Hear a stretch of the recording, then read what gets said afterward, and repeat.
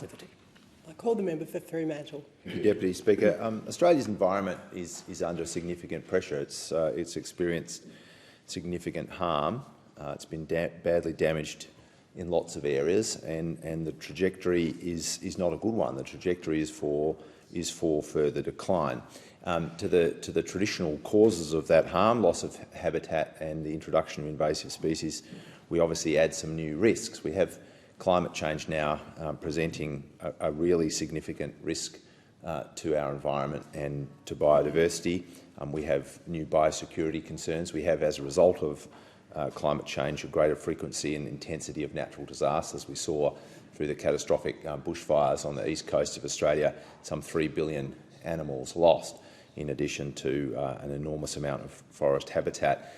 The Albanese Labor government isn't going to sit by and watch that downward trajectory continue. We're not going to allow what was the pattern of neglect and denial and willful blindness and maladministration under the previous government continue.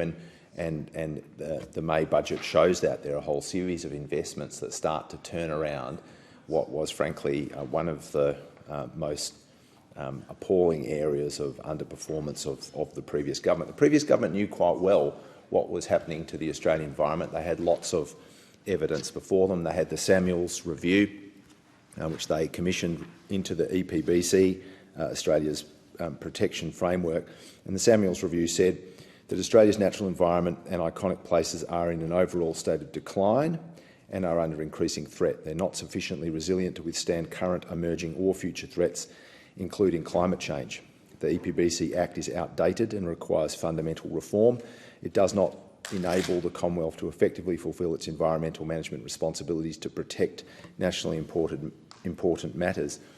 That's the report that the previous government commissioned. That's the very clear evidence that was provided to them. And what did they do? They didn't do anything. They did nothing, literally nothing. No EPBC reform whatsoever. Graham Samuels gave them a pretty straightforward and sensible recipe for remedial action, improve national standards, create a national environmental protection agency. They did nothing, zero. And so we're left, as in so many areas, to come and start to clean up the mess. In this budget, $120 million go to the creation of that independent environmental protection agency. But it wasn't just the Samuels Review.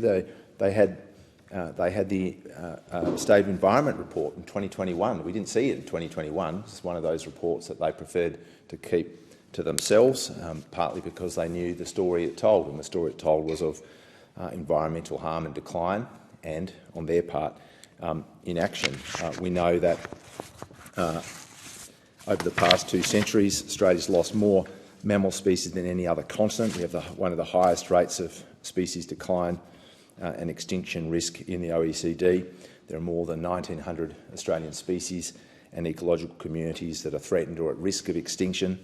If you want to look at the Murray-Darling Basin just by itself, it's home to 16 internationally significant Ramsar wetlands, 35 endangered species and 98 species of waterbirds alone.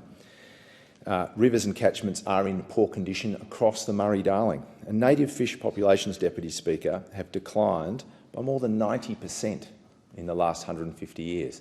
I mean, there was a member of the government yesterday who was talking about the nature repair market bills before the House, saying that they were a part of a piecemeal approach to a perceived ill. I mean, can it possibly be said, when you've seen a 90% decline in the fish population in something as magnificent as the Murray-Darling Basin, that that's a perceived ill?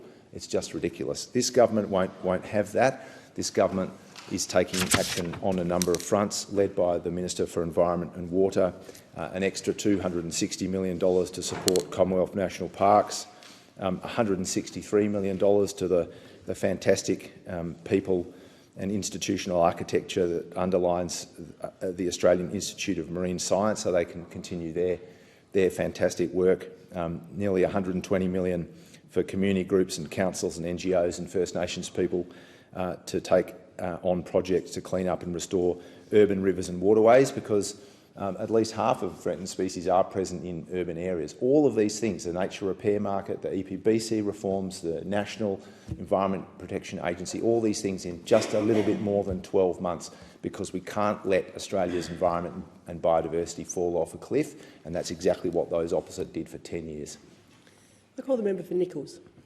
Deputy Speaker.